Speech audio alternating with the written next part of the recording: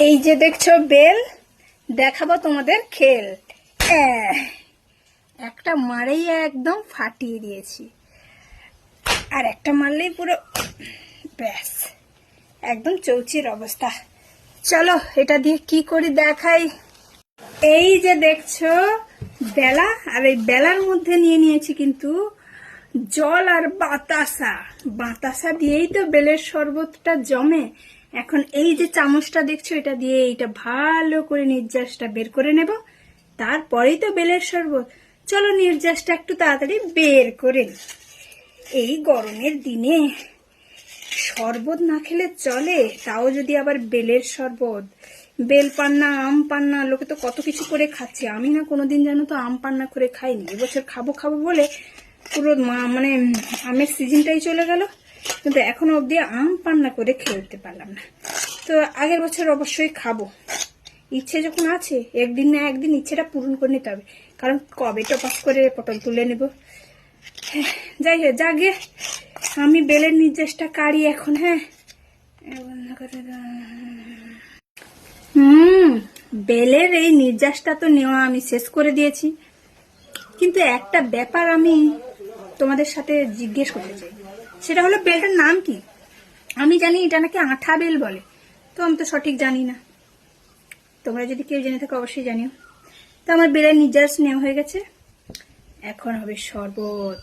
তার জন্য কি করতে হবে, ভালো করে চটকাতে হবে। ভালো করে চটকালেই বেলের সেই স্বাদ পাওয়া যাবে, আসল স্বাদ যাকে বলে, কি না? কি বলিস? তো আমি এখন চটকাই ভালো করে। বন্ধ করে দাও সোনা। ভালো বেলের শরবত খেতে হলে শেকড় বাকড় গুলোকে বের করে দিতে হবে, ভালো করে চিপে চিপে, কি না?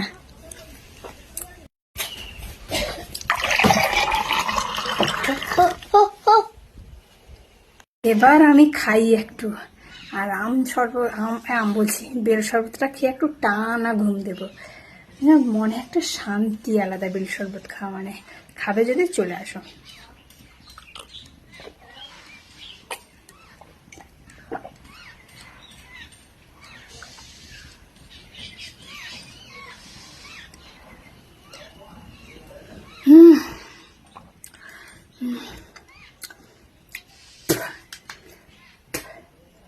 ঢক ঢক করে বেল শরবতটা গেলে দিলাম, আর টপার টপ করে পেট আর মন সবই ঠান্ডা হয়ে গেল।